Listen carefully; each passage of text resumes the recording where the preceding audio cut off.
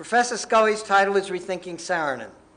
A member of the Department of the History of Art since 1947, Vincent Scully has been a central force in the intellectual and artistic life of the School of Architecture, as well as his own department, helping faculty and students to take stock of their work in light of the accomplishments of leading contemporaries, as well as the legacy of great architecture from the past. In the 1950s, when Eero Saarinen, along with Paul Rudolph, Philip Johnson, and others, were dramatically redefining the strategies and goals of modern architecture, it was Vincent Scully, more than any other historian, who provided both the intellectual support and critical interpretation they required and welcomed. Tonight, a new generation of scholars and architects has come together, with very many who remember Eero Saarinen himself, to hear Professor Scully. We look forward to tonight's Paul Rudolph lecture in full confidence that it will provide the sympathetic yet critical assessment which every great architect deserves, and that only a few scholars, most notably Vincent Scully, can offer. It is my pleasure to introduce my teacher, my colleague, and my friend, Vincent Scully.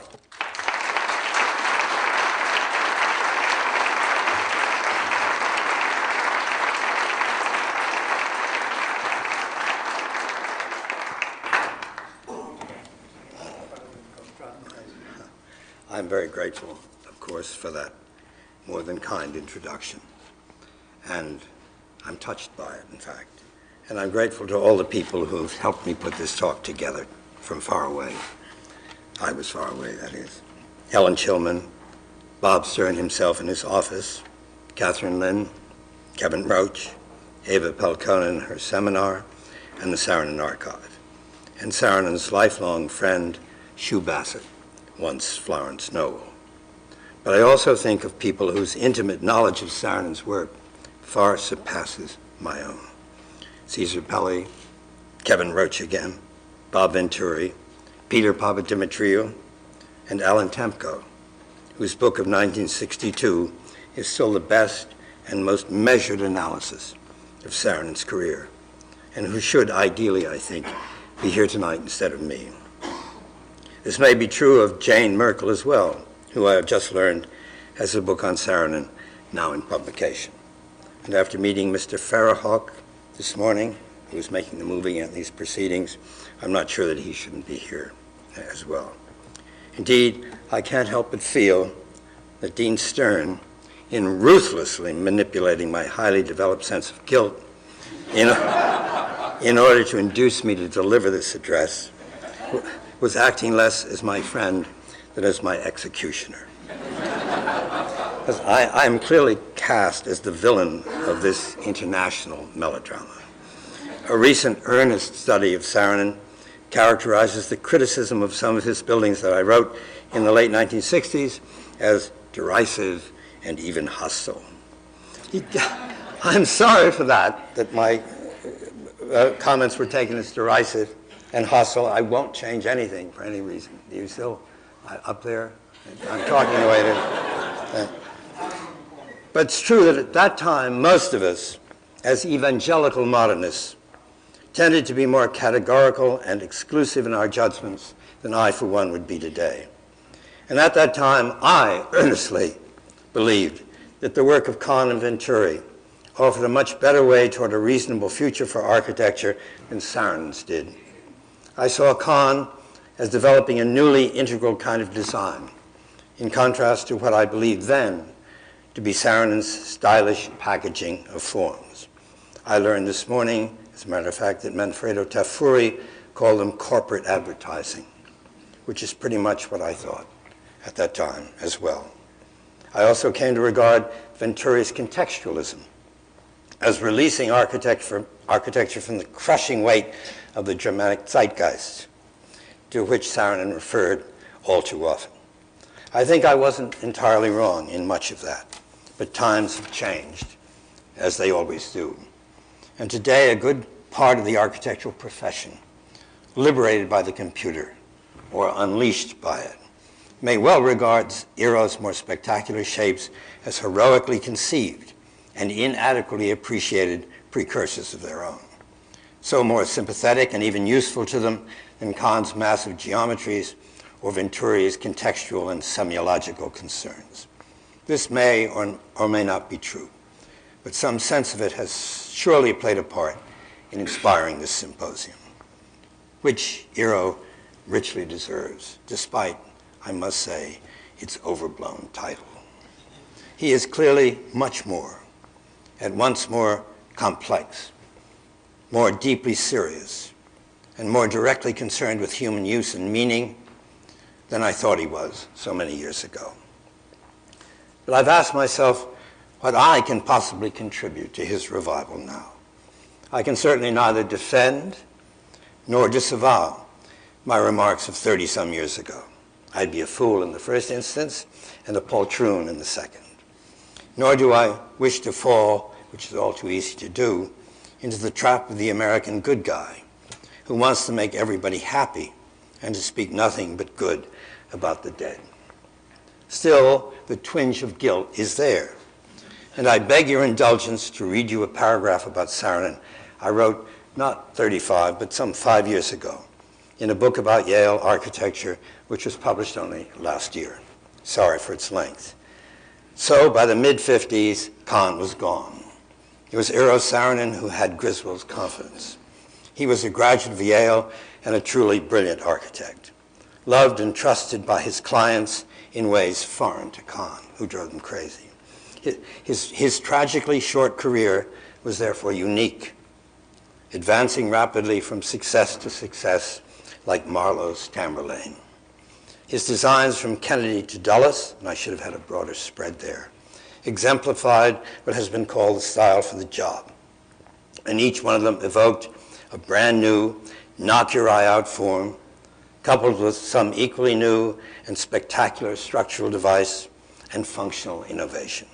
At the time, I didn't like Saarinen's buildings very much, but I respect and admire them now. They have rather surprisingly worn very well. I hope that establishes my bona fides as a wimp. But then I thought of these two photographs together. Eero in his womb chair, its sculptural shape reminding me that his mother was a sculptor and that Eero himself had studied sculpture in Paris, but that he had in fact chosen to become an architect like his father. And so it was the other photograph that counted for me, Eero and Elio, Eero and his father. Elio posed like Oenomaus on the east pediment at Olympia, very much in command. Eero, the dutiful son, all manly and eager to do well, indeed to do good. And suddenly the issue that had engaged the rapt attention of so many of us in 1950, and about which I hadn't thought very much in more than 30 years, came flooding back to mind. And it never occurred to me down there in Coral Gables that it might have occurred to the organizers of this symposium as well. That issue was, what does it mean to be an American? What is an American art? Everything in those years around 1950 seemed to contribute to that concern. Henry Luce's announcement of the American century set a nationalist, triumphalist tone to the question. But there was a deeper sense that the power and the responsibility were now with us. And what were we? Hence the sudden emergence of American studies departments all over the country, conspicuously at Yale. And the contemporaries I most respected, like my friend, the literary critic Leslie Fiedler at Montana, and my colleague John McCubry, since gone to Penn, at Yale, were reading D.H. Lawrence's magically perceptive studies in classic American literature and asking, how does European become American art? And does American art have special and important qualities of its own? In architecture, that question was especially cogent. Depression and war had destroyed our memory of our urban traditions. We hardly knew what architecture was anymore. We had to invent it and America anew. And out of what?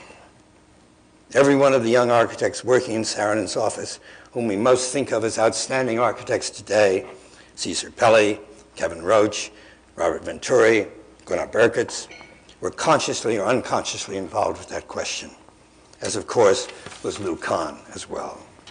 Every one of them was an immigrant or the son of an immigrant.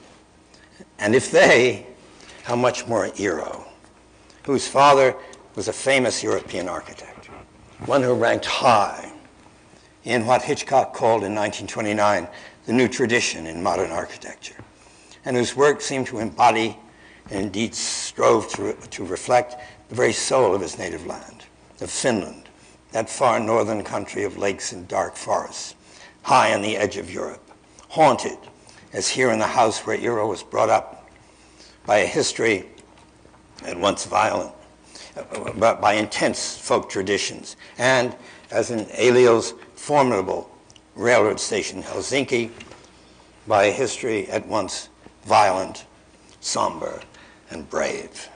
There, Eero Saarinen worked with all the certainty and power of a man who, as Lawrence might have written, drew strength from the earth where his fathers were buried. And what of the son?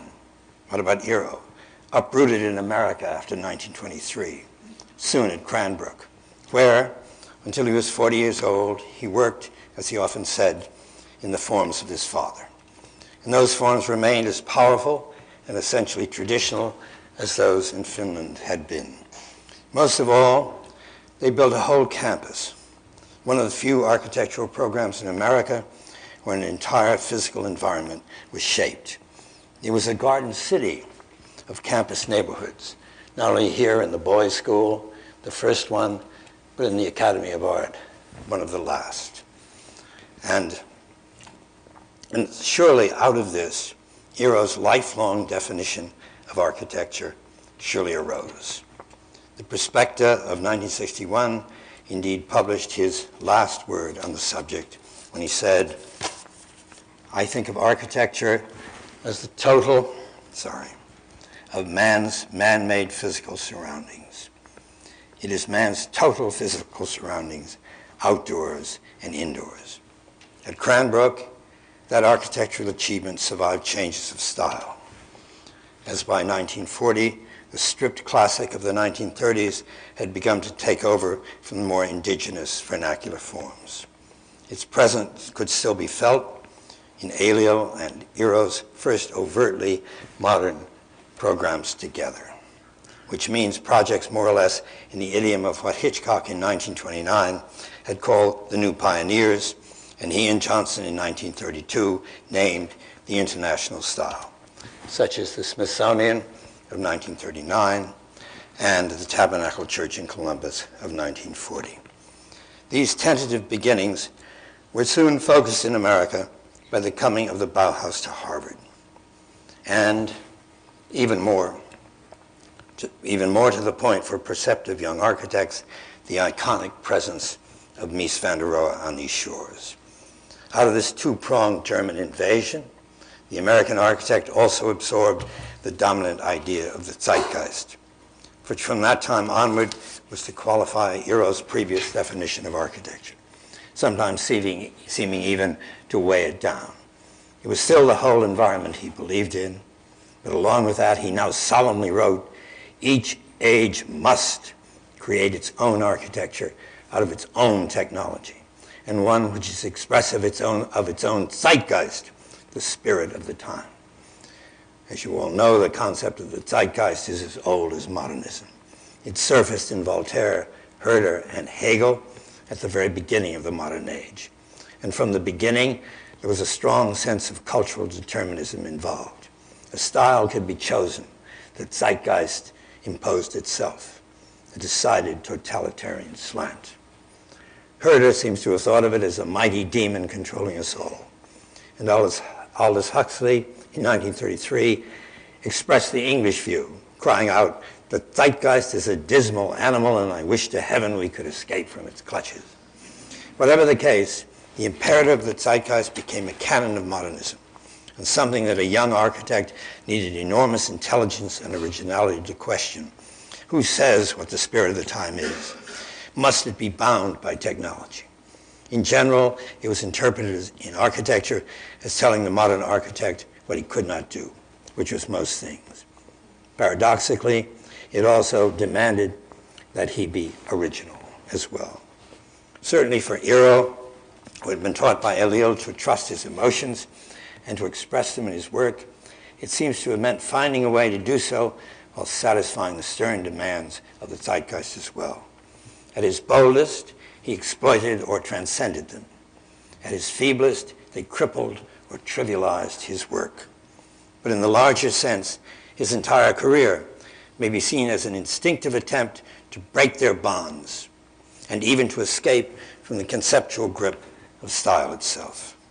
The tensions arising out of that encounter between instinct and received ideology, or conflicting ideologies, did much to shape Eero's architecture in the short, crowded 11 years that remained to him after the death of his father in 1950.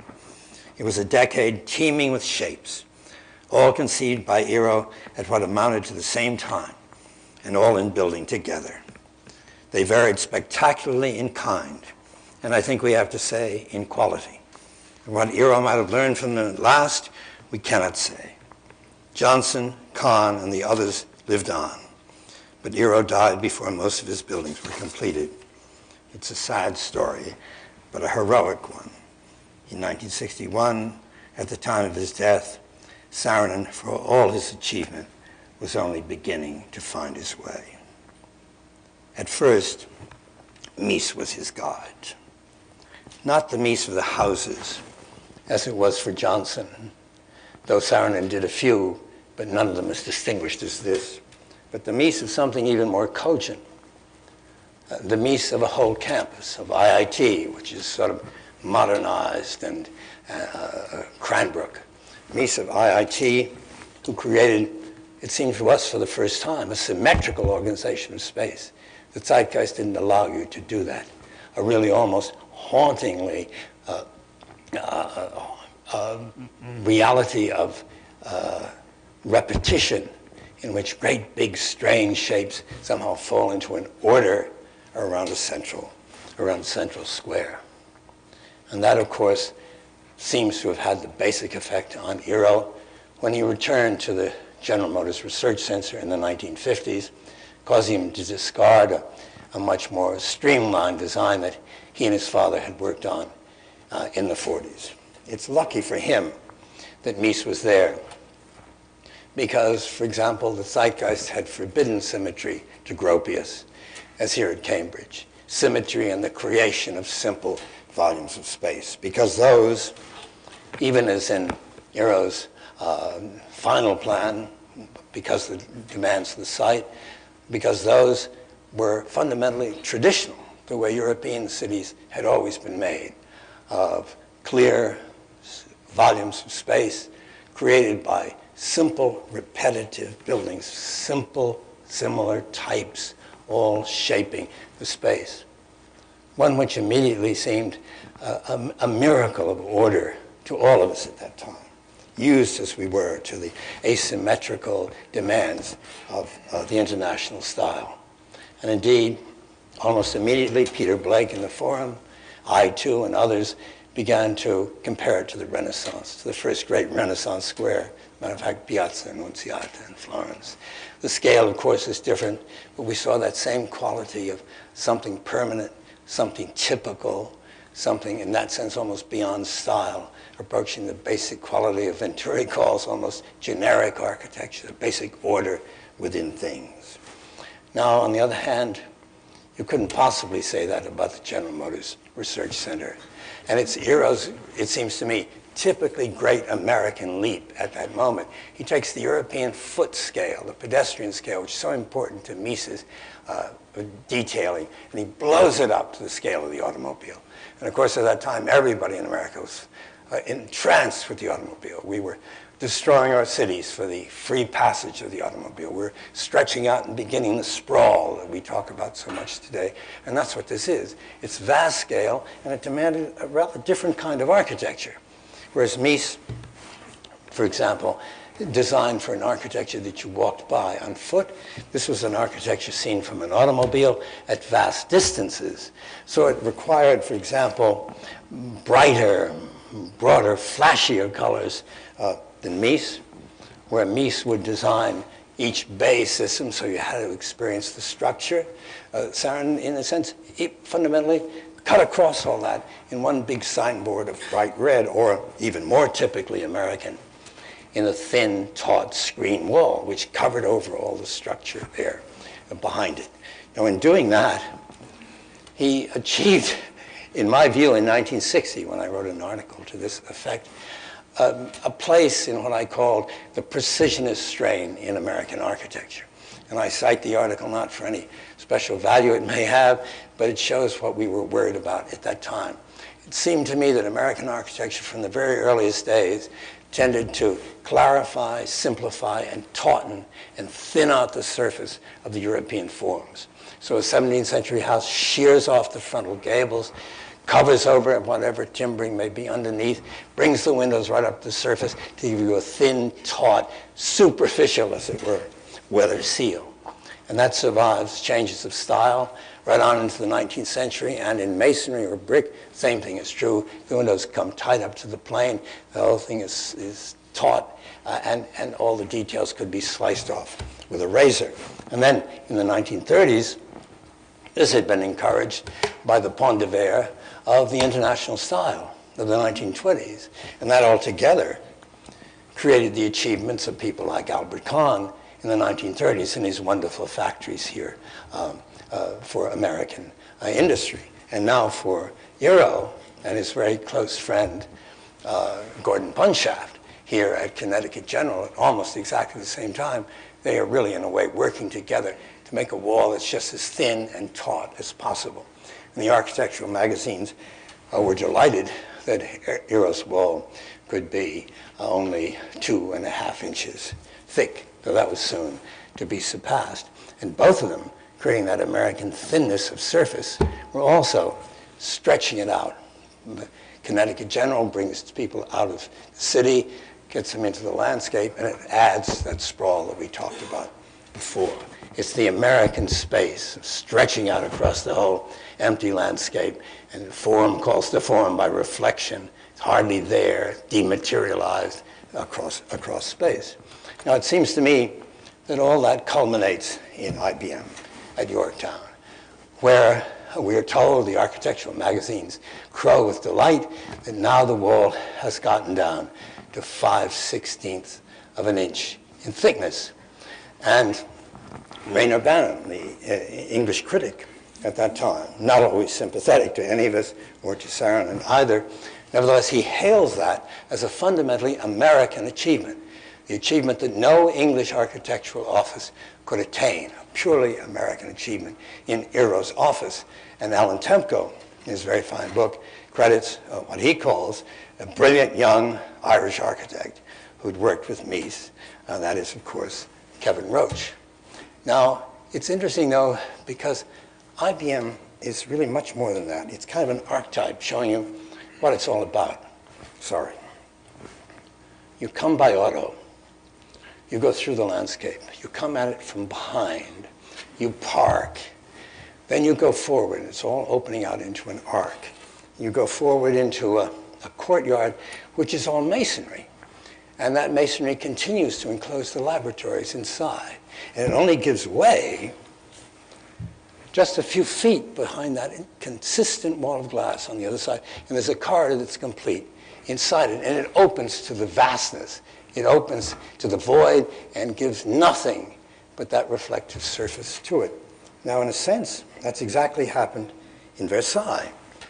When Louis XIV writes his little manual called Manière de montrer les jardins de Versailles, which he printed later in his reign, he says, you will come in through the court of my father, that of Louis XIII, on the other side, the Cour de Marbre, which is tight. Then you come through it, and you come out you come out into that great void, which is really Cartesian space, which will go on, as Descartes says, indefinitely, and through which Louis can leap in his focus view across the horizon. And the American is even more, whatever is left there of architecture as other than a skin, as a fence before the void, is totally given up in IBM. and it stretches across the whole landscape, less focused than Versailles, but in a way claiming more, and less definitely claiming everything on the whole horizon. It seems to me that one of our greatest poets at that time understood that completely, and that is Wallace Stevens, who wrote in 1936 a poem called The American Sublime, which this is, I guess. And he asks, how does one stand to behold the sublime, to confront the mockers, the Mickey mockers, and plated pears? When General Jackson posed for his statue, he knew how one feels. Shall a man go barefoot, blinking in blank? But how does one feel? One grows used to the weather, the landscape, and that. And the sublime comes down to the spirit itself. The spirit and space, the empty spirit in vacant space. What wine does one drink? What bread does one eat? Now it's interesting that though Europeans may have hailed this as typically American young architects of that period instantly turned away from it. And they turned especially where one never thought they would, to Rome. And American architects like Johnson, Venturi, Kahn were especially open to this, partly because of the important role played by the American Academy in Rome. There was the great archaeologist, to me the greatest modern archaeologist, Frankie Brown of the American Academy and the Classics Department at Yale. And he was teaching that Roman architecture was not an affair of engineering, basically, as had been written about by everybody, but it was a poetry of water and of windblown canopies, going back, as Lehman Hartleben had pointed, to the windblown canopies of Etruscan mirrors. And he especially loved Hadrian's Villa for that. And Hadrian's Villa also had gotten a great boost in America in 1950 when Eleanor Clark wrote her really very beautiful book about Rome called Rome in a Villa, of which she dedicates the chapter about Hadrian's Villa to Frank Brown. Indeed, Philip Johnson was always very alert to these things. Came upon this in 1952, and at that time, I can speak from personal experience, that he was advised to go to Hadrian's Villa, and he did right away. And he saw the small baths there, these, and he saw the antechamber of oval shape with a black void in it. By the way, you see this is just the opposite of IBM. No glass, no shine, no clear bands of color, brick concrete construction, and what you hardly ever got, the zeitgeist hardly allowed it, vaulted volumes of space. And instantly, Johnson transposed it into very American terms.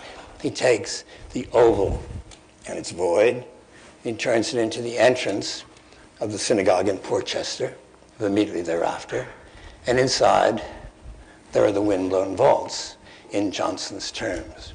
Now, what about Eero in this? It certainly seems to me that when he comes to MIT, that while he will not build a dome here, he wants a dome shape. And he wants a building that he can call Mesian still, taut, all up on the surface, needs the plane of glass. And yet you can't look at this without seeing that he was thinking of the profiles of those very Roman domes that pre-existed there at MIT. The same is true, and of course he had already built a dome, or was building a dome at the General Motors Research Center. That was in silvery metal. Now this is in concrete, which is, despite now it's being reinforced, a Roman material. And he says, when he looked, well, I saw this and I thought this has got to be Roman as well, the chapel there. It's a brick construction and it's arched and so on. And Mr. Farrowack showed me today a letter, which he may have read to you earlier, in which Eero says to a friend that he wants it to be like Hadrian's tomb in Rome, the Castel San Angelo, with its cylindrical shape and its arches and its rough surface. However, it seems to me, and I'm happy to say, and of course it has its oculus as well, which Eero also mentions in his letter. On the other hand, it seems to me that it's even more intimately related to the villa. And I'm happy to say that there is no confirming document for this. It seems to me a shame to ruin perceptions by confirming them with documents. So he doesn't mention the villa. We don't know whether he went there. But this is the very heart of Hadrian's Villa, which is a sacred place, a circle, in the middle of his library, surrounded by a moat of water, just exactly like this, from which all the wonderful rhythms of the villa extend. And indeed, if you see the undulation of the surface, that immediately suggests what Hadrian called, in an angry letter to Trajan, his pumpkins. You can see over there on the left, in the Piazza d'Oro, in the antechamber there, you see the shapes, the pumpkin shapes. That could be taken as a very weak, feeble suggestion of that, or of the central form moving there with the water coming down around it there in the culminating nymphaeum. And of course, the same thing is true, I think in a less strong form even, at Brandeis, and also the oculus is there. Now, oh, sorry. Oh, that's all right. Now, when you look at this, you can't help but feeling that this is a feebler attempt at the ruins than happened at the very beginning of the modern age, say, with Piranesi, where Piranesi evolved the whole doctrine of the sublime, the awe and terror of these great arches springing underground, the light coming down from above, a feeling which then Lou Kahn, in the next decade, was able, in a sense, to duplicate, to draw out of these forms a real power that seemed to so many of us as the real beginning of architecture, its fundamental primitive beginnings, which Kahn was always talking about. And from that point of view, Eero's essays in this form, if that's what they were, seemed rather toy-like in character. On the other hand, it's clear that that isn't what Eero was basically after. He wasn't after the cryptoporticus. He wasn't after that kind of sublime. He was after the tent, I think, as is shown in the Ingalls rink here at Yale. He was after the tent, that structure which seems, though it's there permanently, seems always like a kind of impermanent erection, as if it were a tent put up for a county fair, where you might play hockey, or you might have ad hoc meetings of other kinds. I know some of you have seen the show that Eva's seminar so naughtily put together, that there's a letter that was written by the members of my department at that time, in 1956, of which I was one. We wrote it because, in response to a request from the president, which we weren't normally used to getting. It was because the treasurer of the university, Charles Gage, when he saw these proposals, went around with a picture of a hockey rink that had just been built in Cornell, which seated twice as many people and cost half as much as Eero's. And Whitney Griswold quite naturally wanted some support. So our department was eager to, as if he were Caligula himself, we were eager to supply it. And I won't quote much of it, but I've cited this many times, but I thought it was forever hidden in the archives, but these people dragged it out. And there it is. One of the things we said is, one of our number felt that it revivified the essential principles of Gothic construction. Real Gothic, we said. I don't know what we meant by that. Another felt something of the grandeur and unity of the best Roman architecture. Still another was struck by the delicacy of exterior scale achieved by the natural curves of the roof, recalling Oriental qualities, and all the more remarkable considering the vast interior space which had to be enclosed. What impressed us all was the character and integrity of the principle as carried out with 20th century means, quite up to date, yet never likely to go out of date. Well, that's pretty much hogwash. I mean, but Whitney Griswold thanked us for it avidly, and after that was just as rigorous with it as he always was before. But nevertheless, this is a building of which I've always had very strong feelings. For example, one thing about it is if you see Eero's early sketches for it, immediately you say, thank God he went on, that he works, he stopped, he continues working over the problem. This first view of the exterior looks like a wounded stegosaurus, which has been banged over the head, and he's crumpling as he comes down like this. The final one is really more wonderful. It comes sailing forward like a whale shark coming forward and gleaning all the water before it. It's kind of wonderful as it goes like this. And inside, of course, I criticize the one-dimensionality or two-dimensionality of the arch. And forgive me because I'm completely wrong, the cable and wood construction, which I think is very important to it. It have that quality of a tent, but in permanent erection. I compared it unfavorably to Tanguy's admittedly great Olympic Stadium of 1964, which has all the passion and power and primitive sense of imminent force that some of the best Japanese architecture has always had. But Hiroshi was after something else. All the teams who have played in it have said, it's like playing outside. That's the best thing about it. And certainly, it picks up the swoosh and the movement of hockey. And the wood is good there, which is always character. It's always criticized. It's wonderful because it adds to that quality, that very American quality. It's just here for a while. And it's here to be used in any way we like. For example, the famous mass meeting of the time of Yale's greatest grand cultural épreuve in the Panther trial of 1970, when we gathered in there, and you notice it's across the axis. It's using me differently. It's like Protestants turning a Catholic church sideways. And they go like this.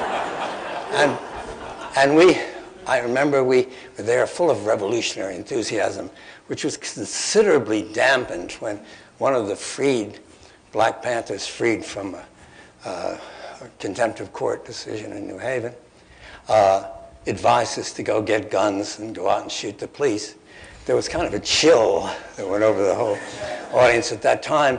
And possibly in response to that, when a very important decision was up for a vote, it was an earth-shaking issue, but I've forgotten what it was at the present time. The vote was counted as something like 2,127 for, 2,127 against. And we all accepted this. Yes, that's the Yale solution. There it is. We all agree. Nothing has to be done. And nothing was.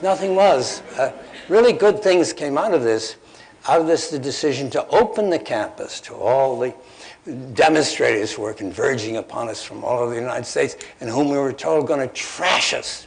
And Kingman Brewster, in his bravest decision, just said, open it, let them come. And we fed them all a terrible gruel put together at the time. I forget the name of it. We didn't cook it properly, so they broke their teeth on it. They may have considered it was a hostile act on our part, but it wasn't. No. Now, there are other things that have come to light in the archives that weren't available to me. I'd remembered from having seen it so long ago that Eero had proposed a building right on the axis of Hill House Avenue in Science Hill, and I thought that was a bad idea. And I credited, because I'd never seen the document, I credited Schweiker after him for the decision to move the building to the side, making Gibbs Hall. But I thought that these are Eero's here.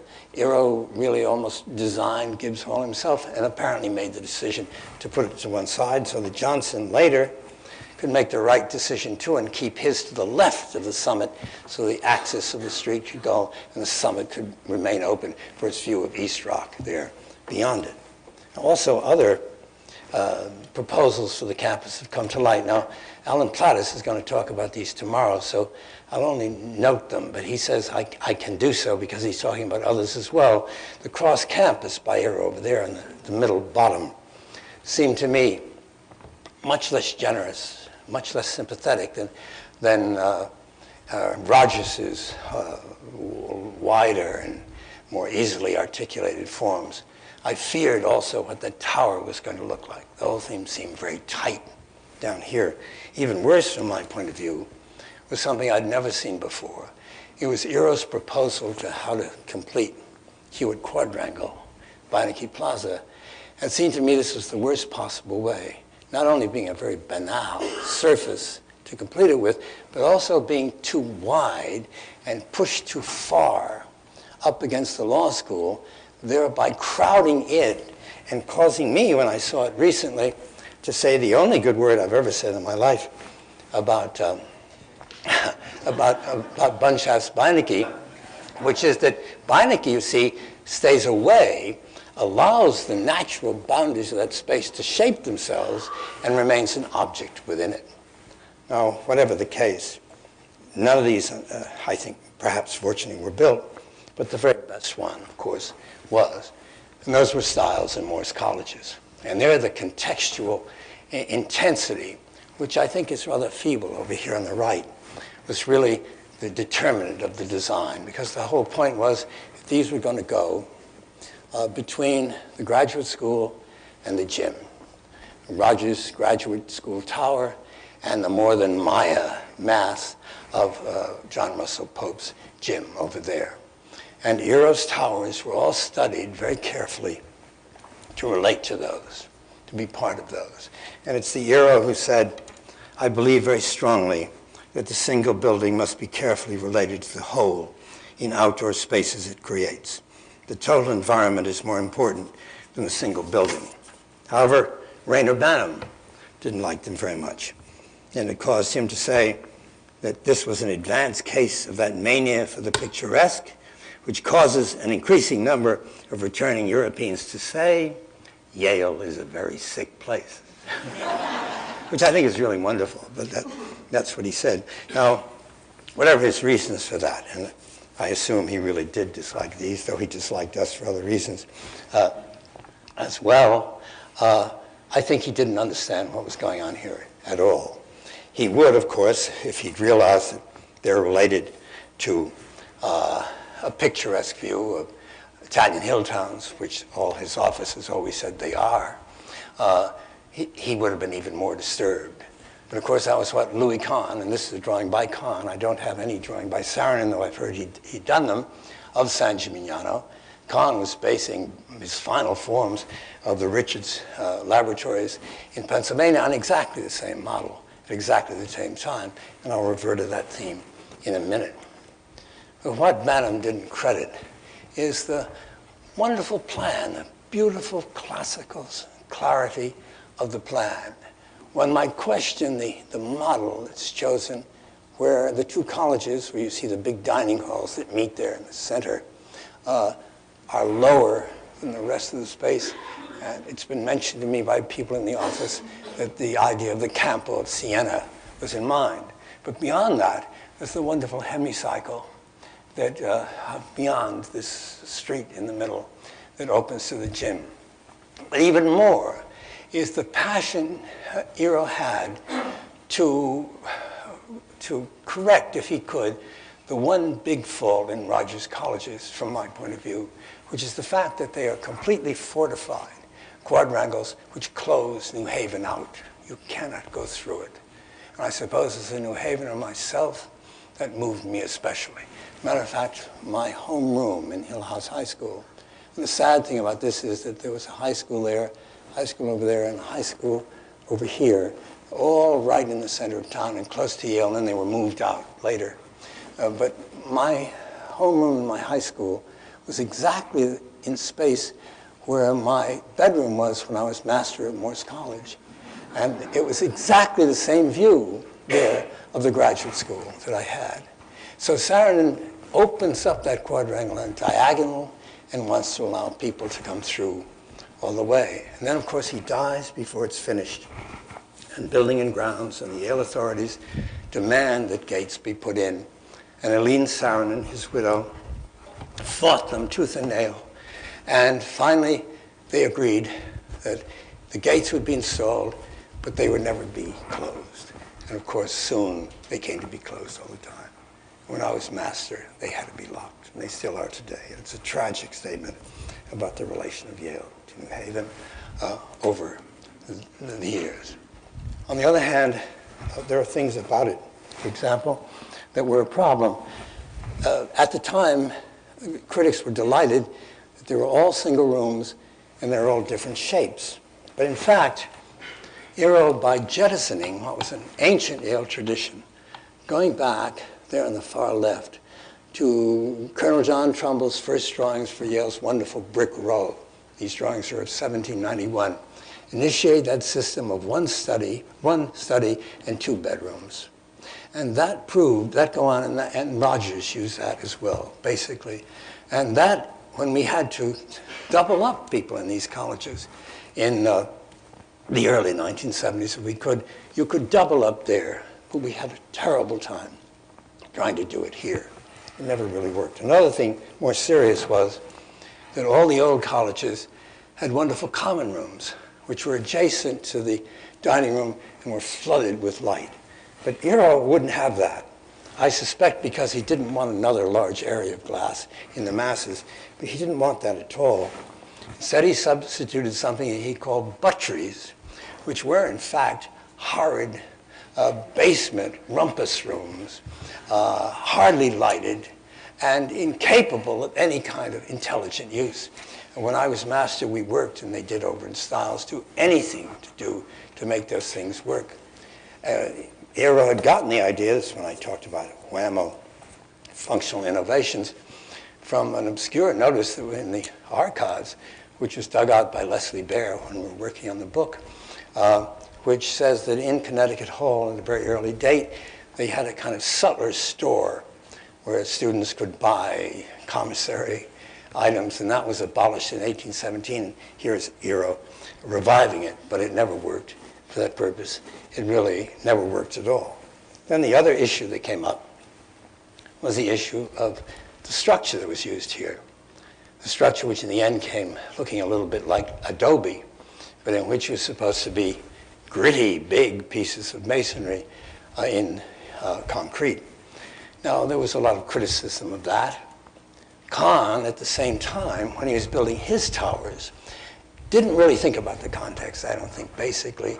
And he did an integral structure of precast concrete, which has always been admired by everybody. But Eero, you might say, had a more generous impulse. He really wanted to pay his respects to the masonry buildings that he was trying to be contextual with.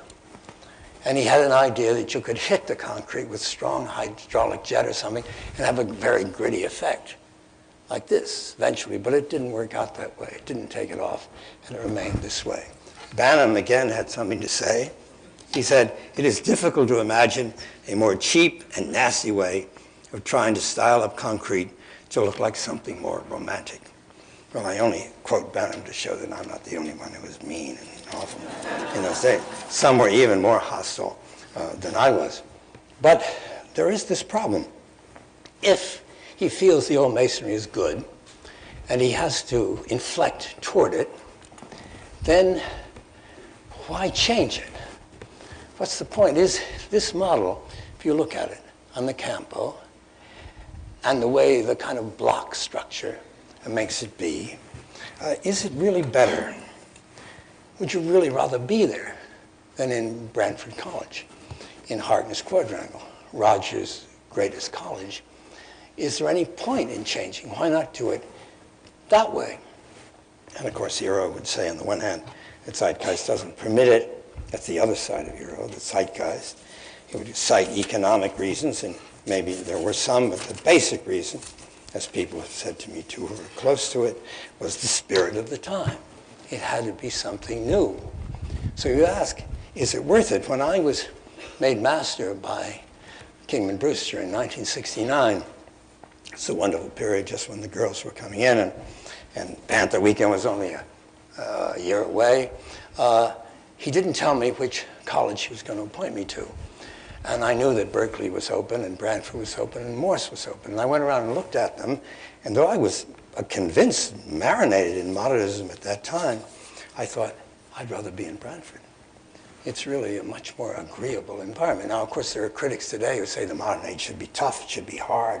We should make our architecture hard like that. It seems to me we should do just the opposite of the ages are hard, but nevertheless. But it's hard to say that now as I get older. It makes no sense. And indeed, then it goes that Brantford's a good deal like Cranbrook. Here's the boys' school of Cranbrook. But Eero couldn't do what his father had done. Eero had to change it, to invent. he had to do it. But later generations of Yale students, for example, didn't agree with him. So that the whole kind of community that Rogers could make together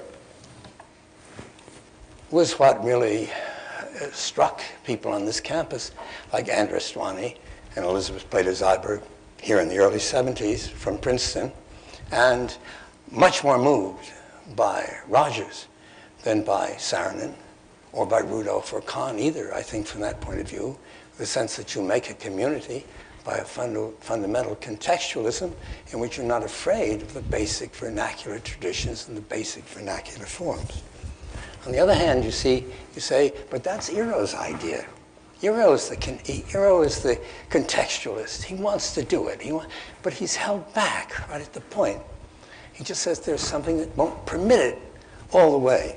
And of course, then somebody out of his office, Robert Venturi, showed very soon that it wasn't all that difficult to inflect the structure of your building to the texture of the place that exists, that it was possible to be closer to Main Street being, as he said, almost all right than Eero had allowed. So as it were, breaking the zeitgeist by making buildings which are clearly modern in every way, but are inflected to the pre-existing place, so you make a place, not one building alone, but a place which is better than it was before, and which also really creates the style for the job, which is really the style for the place. As where Wu Hall has this tutorish reaction, the Institute for Scientific Information in Philadelphia is on an international style street, streaming with traffic. And that's the kind of building he puts there. And that can even go further and lead to the revival of the classical and vernacular traditions of architecture. The classical, freely handled in a place where it makes another place on its own terms. The humble setting of, I can say that about a Princeton square in Princeton, and the vastness of Trafalgar Square. Now, whatever the case there, brings up other questions. If we're going to question Eero and this question of the zeitgeist, I think we have to be concerned with CBS. And as everyone has said at the time, the zeitgeist background for CBS really, in a way, was the Mises Seagram building. They're different buildings, though. I mean, the Seagram is inflected as a slab, which, though it steps back, still defines the avenue. And Eero's is an almost square, freestanding building. But the verticality of the mullions in Mies becomes the strong, emphasized, exaggerated verticality, stiffness of the concrete over, of the granite over concrete of those piers. Again, we can be happy that Saarinen didn't build his first drawings. This one always looks to me like a rather tipsy fellow who's trying to stand on his feet, this first idea. It's curious, though, that as in the drawing of Ingalls Rink, there is a curiously biomorphic quality in all of Eero's early drawings. It's really, they're live little creatures. But then you ask, all right, if that's what he's doing, you can't help but say, is it as good as the entry of his father, Elio, in the Chicago Tribune competition of 1922?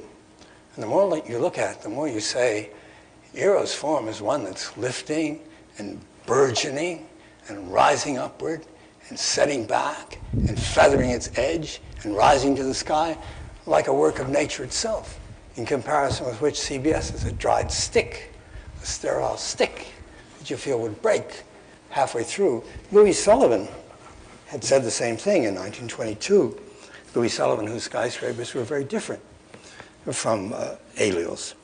He talks about it rising like the earth itself, force of the earth, and then he says, the finished master edifice is not a lonely cry in the wilderness.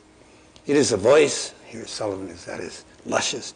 It is a voice resonant and rich, ringing amidst the wealth and joy of life.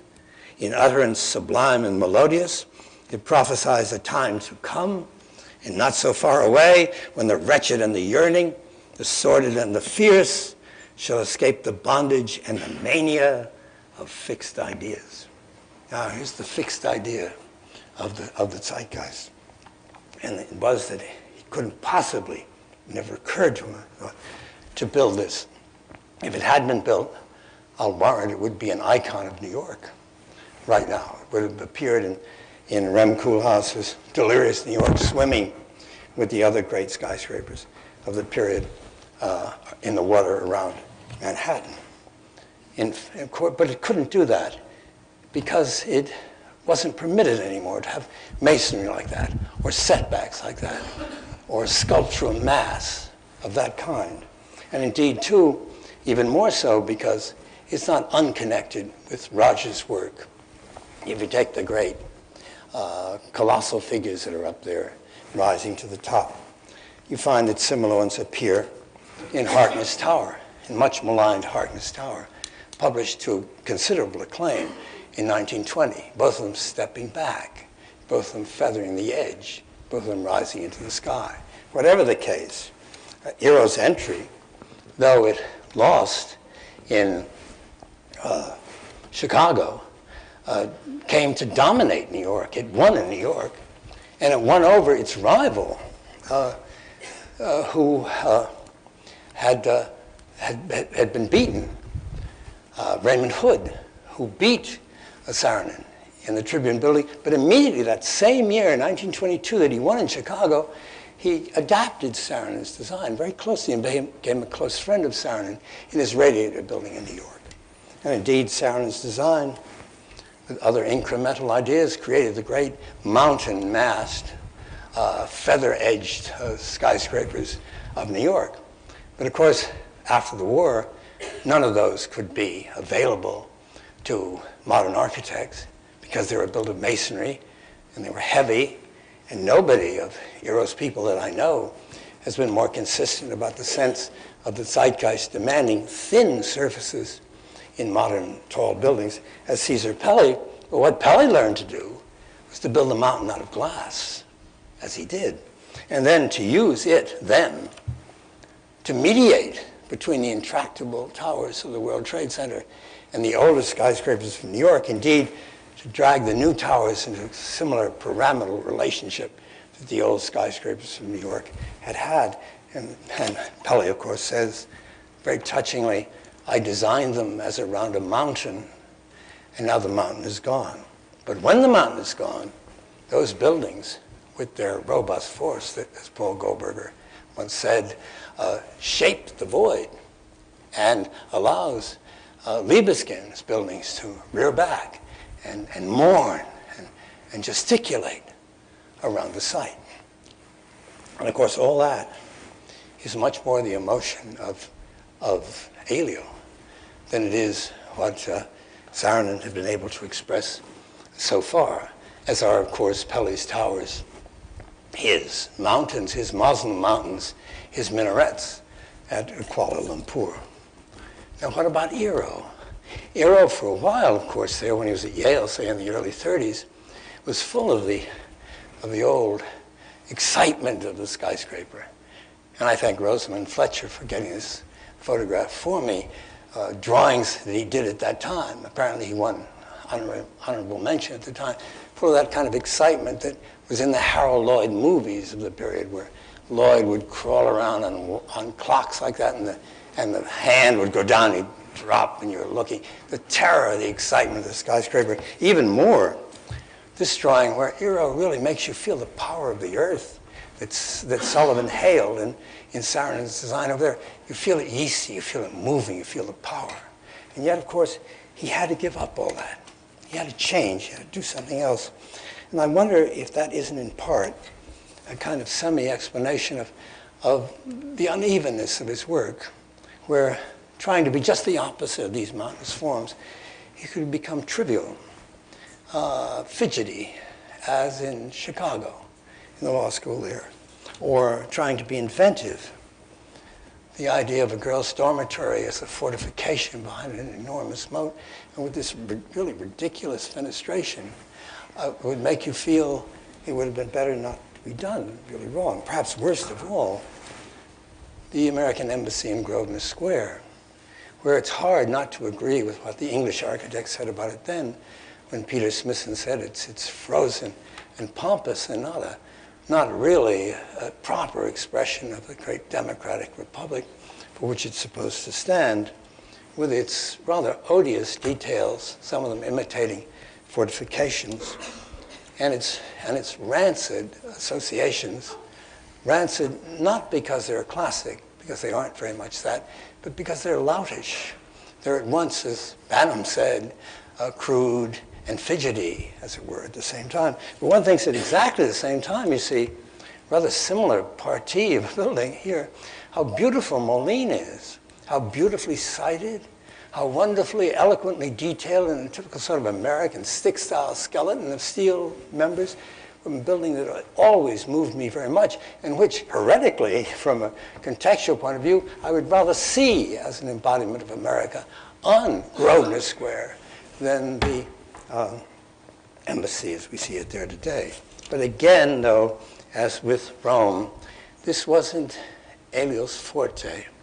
Perhaps none of those embassies at that time were really very good. Maybe the zeitgeist was partly right at that point. There are things that people couldn't do right at that time. Hard to know how to present, and it remains hard to present our face to the world. But what Eero did understand was American space, and the basic program in the experience of that space, the airport, which so many Americans have to use over and over again because of the size of our continent if they're going to get around at all. And it seems to me out of that comes what seemed to me two of Eero's greatest designs. TWA, which I criticized in time because of things I knew very little about, and I'm sorry I did, about the fact that it was choked with steel as a concrete structure, and that it really was like a bird flying. I think I said something stupid like the airplanes fly, why it goes. But what it's really trying to do in all these gestures is the most important thing. It's to make us be able to move intelligently from those tin can containers to those others out there, which at the same time do something totally irrational. They close us up. They lift us thousands of feet into the air, dependent on a pilot that you don't know, upon machinery that you assume was worked over by cretins.